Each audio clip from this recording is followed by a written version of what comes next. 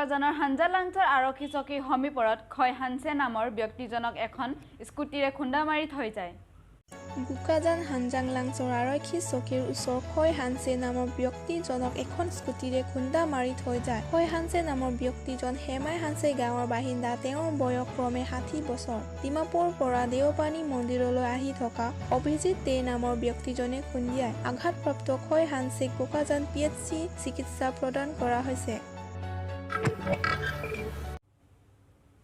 কেইগৰাকীমান উদ্যোগিক যুৱকে 19 অক্টোবৰৰ দিনা কাৰ্বি আংলং জিলাৰ সদৰ ঠাই ডিফু চহৰত পোনপ্ৰথমবাৰৰ বাবে এক অভিনৱ তথা ব্যক্তিক্ৰম সেৱা ৰাইজৰ বাবে আগবঢ়াইছে।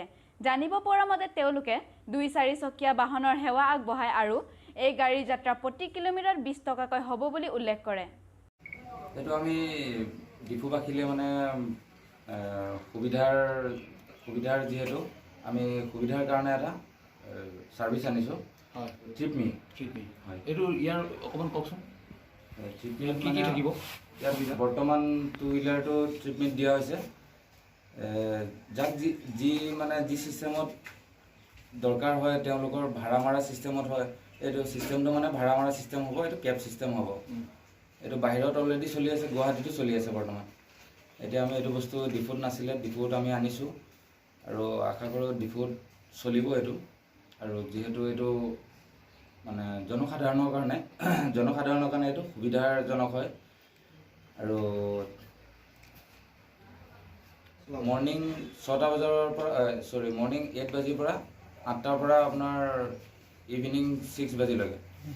এইটো মিটাৰত কিমানলৈকে আপোনালোকে লয়? এইটো পাৰ কিলোমিটাৰ 20 ৰুপিজ।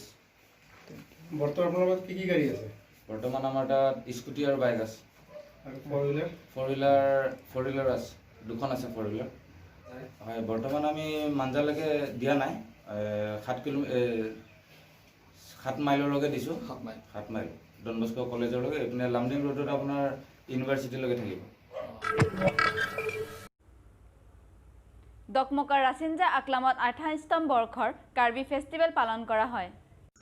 কাৰ্বি উৎসৱ সভা 25 তাৰিখে পুৱা 9:30 বজাত দকমকা KCSৰ সভাপতি তাৰুণ তাৰে সভাখনৰ শুভাৰম্ভ কৰি আগবঢ়াই লগতে স্বৰ্গীয়সকলক শ্ৰদ্ধাঞ্জলি জ্ঞাপন কৰে। ছাৰ কামসিং ইংতিৰ হতুৱাই আজি KCS টেকেলাংজুন জোনেল কমিটিৰ ফালৰ পৰা এখন কিতাপ মুকলোৱা হৈছে। উৎসৱত KACEM Lunsing Teron, Dokmoka municipal board chairman Biren Singh Teron, Babu Teron, vice president TNC Dhansing Rongpi, প্ৰাক্তন EM KAAC অবজাৰভাৰ্ছ দিলীপ চন্দ বে লগতে বহুতো সদস্য উপস্থিত থাকে।